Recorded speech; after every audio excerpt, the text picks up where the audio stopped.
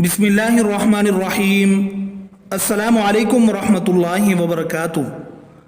हज़रत इब्न अब्बास और मोहम्मद बिन काब फरमाते हैं कि हज़रत याकूब अलैहिस्सलाम अपने बेटों को नज़र लगने से खौफज़दा हुए थे, क्योंकि वो बेटे खूबसूरत, खुश नज़र हुलिये वाले और खुश मंज़र थे। लिहाजा याकूब अलैहिस्सलाम इस बात से डरे कि कहीं लोग उनके बेटों को नज़र बद के ज़रिए नुकसान न पहुँचाएँ, क्योंकि नज़र लगना हक़ है जो कि किसी माहिर घुड़सवार को उसके घोड़े से गिरा देती है।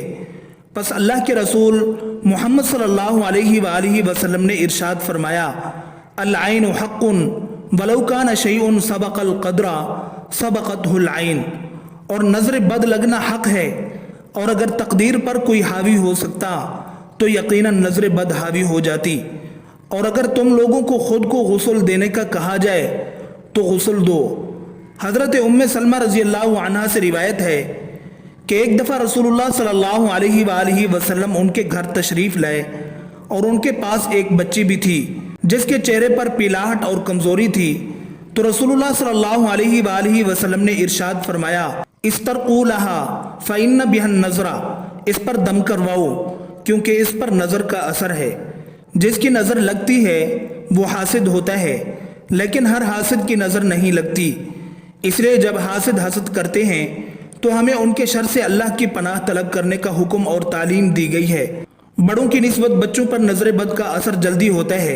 एक दफ़ा रसूलुल्लाह सल्लल्लाहु अलैहि वसल्लम ने जाफ़र तैयार रज़ी अल्लाह अन्हु के बच्चों को देखा तो उन बच्चों की वालिदा अस्मा बिन्त उमैस रज़ी अल्लाह अन्हा से दरियाफ्त फरमाया, माली अरा अजसामा बनी आखी ज़ारिअतन तुसीबुहुमुल हाजा।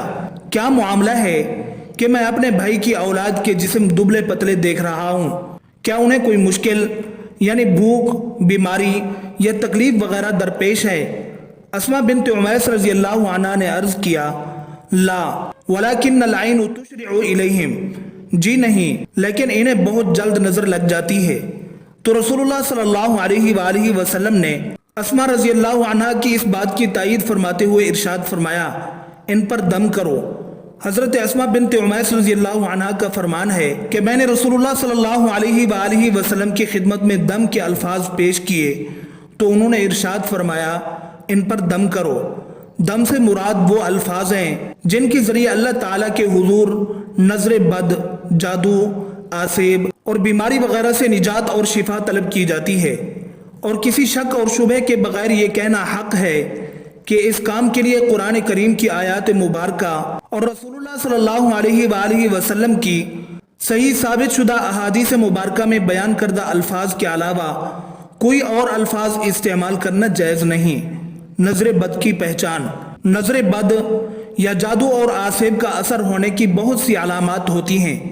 कुछ अलामात तो ऐसी होती हैं जिनके ज़ाहिर होने की सूरत में मज़ीद किसी जांच की ज़रूरत नहीं होती, और कुछ अलामात ऐसी होती हैं जिनका सबब कोई जिस्मानी या नफ्सियाती बीमारी या गैर मामूली रवैया भी हो सकता है। लिहाजा हमें अच्छी तरह से ये समझ लेना चाहिए कि किसी पर जिस्मानी मुश्किलात नमूदार होने की सूरत में उसे नज़र बद का शिकार समझ लेने से पहले ज़रूरी है कि जिस्मानी तौर पर उसका तिब्बी मुआयना करवाया जाए और किसी सही मुस्तनद नफ्सियाती तबीब से भी उसका मुआयना करवाया जाए। और अगर इन दोनों अतराफ से उसमें किसी बीमारी या गैर मामूली हालत और कैफियत का पता न चल सके तो फिर नज़र बद लगने या किसी जादू या असेब वगैरह के असर होने के बारे में सोचना चाहिए। तिब्बी और नफ्सियाती मुआयने के बाद इस इम्कान के बारे में सोचा जाना चाहिए। फिलफौर इस पर यकीन नहीं कर लेना चाहिए कि नज़र ही लगी है या कोई जादू या आसेब वगैरह का असर हो गया है। जब नज़र बद, जादू या आसेब वगैरह के असर अंदाज हो चुकने का या ऐसे किसी इम्कान का मालूम करना हो तो उसका बेहतरीन और तजर्बात से साबित शुदा तरीका ये है कि जिस शख्स के बारे में ऐसा कोई शक हो उस शख्स पर कुरान करीम की तिलावत की जाए। उन आयात की तिलावत जो सही अकीदे और अमल वाले उलमा के तजर्बात के मुताबिक और बिला शक व शुबा अल्लाह ताला की मशीयत से ऐसे मामलात में इलाज की तासीर रखने वाली होती हैं। जब इन आयात को मशकूक शख्स या मरीज शख्स के सामने तिलावत किया जाता है या बसा औकात जब उसके सामने कुरान करीम की तिलावत की जाती है तो उस पर दर्ज झैल अलामात ज़ाहिर होती हैं। नंबर 1, चेहरे पर पीलाहट ज़ाहिर होना।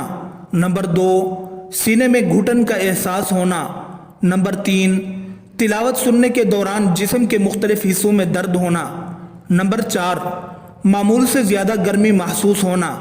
नंबर 5, पसीना आना, ख़ास तौर पर कमर पर पसीने की कमी या ज़्यादती से नज़र की शिद्दत का अंदाज़ा हो जाता है। नंबर 6, पहलू में दर्द महसूस होना।